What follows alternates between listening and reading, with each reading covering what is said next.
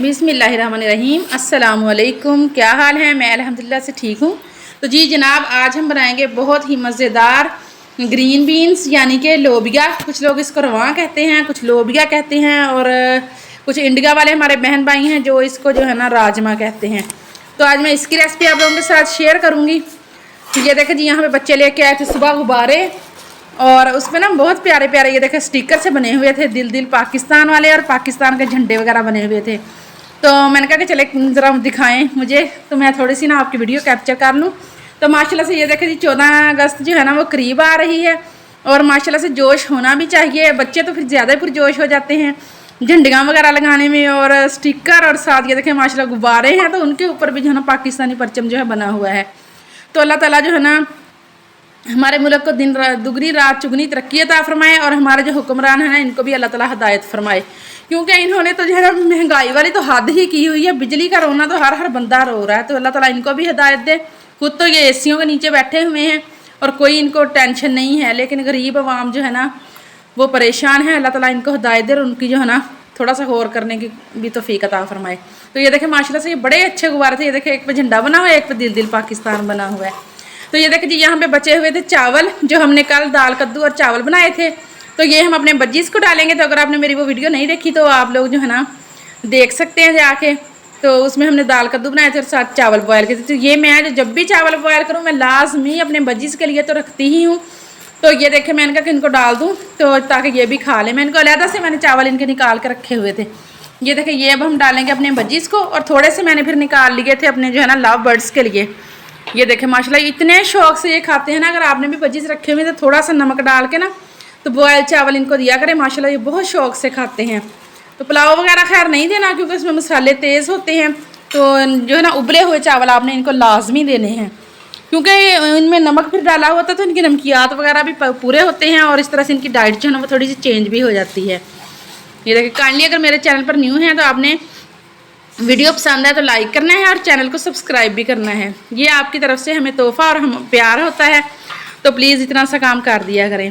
तो ये देखें जी, ये आ गई हैं हमारे पास फलियाँ। ये देखें बीन्स यानी कि रवां की फलियाँ हम इसको कहते हैं वैसे पंजाबी में। तो ये देखें जी, इनको जो है ना पकाने से मुश्किल काम इनको जो है ना तैयार करना है। मैंने सारी फिर जो है ना बहुत सारा टाइम लगा के निकाली, साफ़ सुथरी की। तो चलें जी, अब हम बनाते हैं इसकी रेसिपी। ये देखें जी, ये हमारे पास फलियाँ हैं जो मैंने निकाल के रखी हुई हैं, और ये मेरे पास हैं जी प्याज। तो चलें जी, इसकी मैं आप लोगों के साथ थोड़ी सी रेसिपी शेयर करूँगी। ये देखें, ये देखें जी। तो ये देखिए, ये मैंने कढ़ाई में मैंने डाल लिया है ऑयल। ये कढ़ाई ज़रा साइज़ में छोटी है, तो दूसरी मेरी जो है ना काफ़ी बड़ी है। मैंने कहा थोड़ा सा तो सालन है, तो क्या इतनी बड़ी कढ़ाई में पकाना है। तो ये देखिए जी, अब हम इसमें ऐड करेंगे प्याज। ये देखिए माशाल्लाह इतनी मज़ेदार बनती है ना, जैसे सालन तैयार हुआ मेरा तो दिल चाहेगा अभी से मैं जो है ना इसको खाना शुरू कर दूँ। ये देखिए, थोड़ा सा प्याज को हम जो है ना करेंगे हल्का ब्राउन, और इसके बाद हम इसमें ऐड करेंगे टमाटर। ये देखें, और साथ ही नमक, उसका लहसुन और सब्ज़ मिर्च का पेस्ट।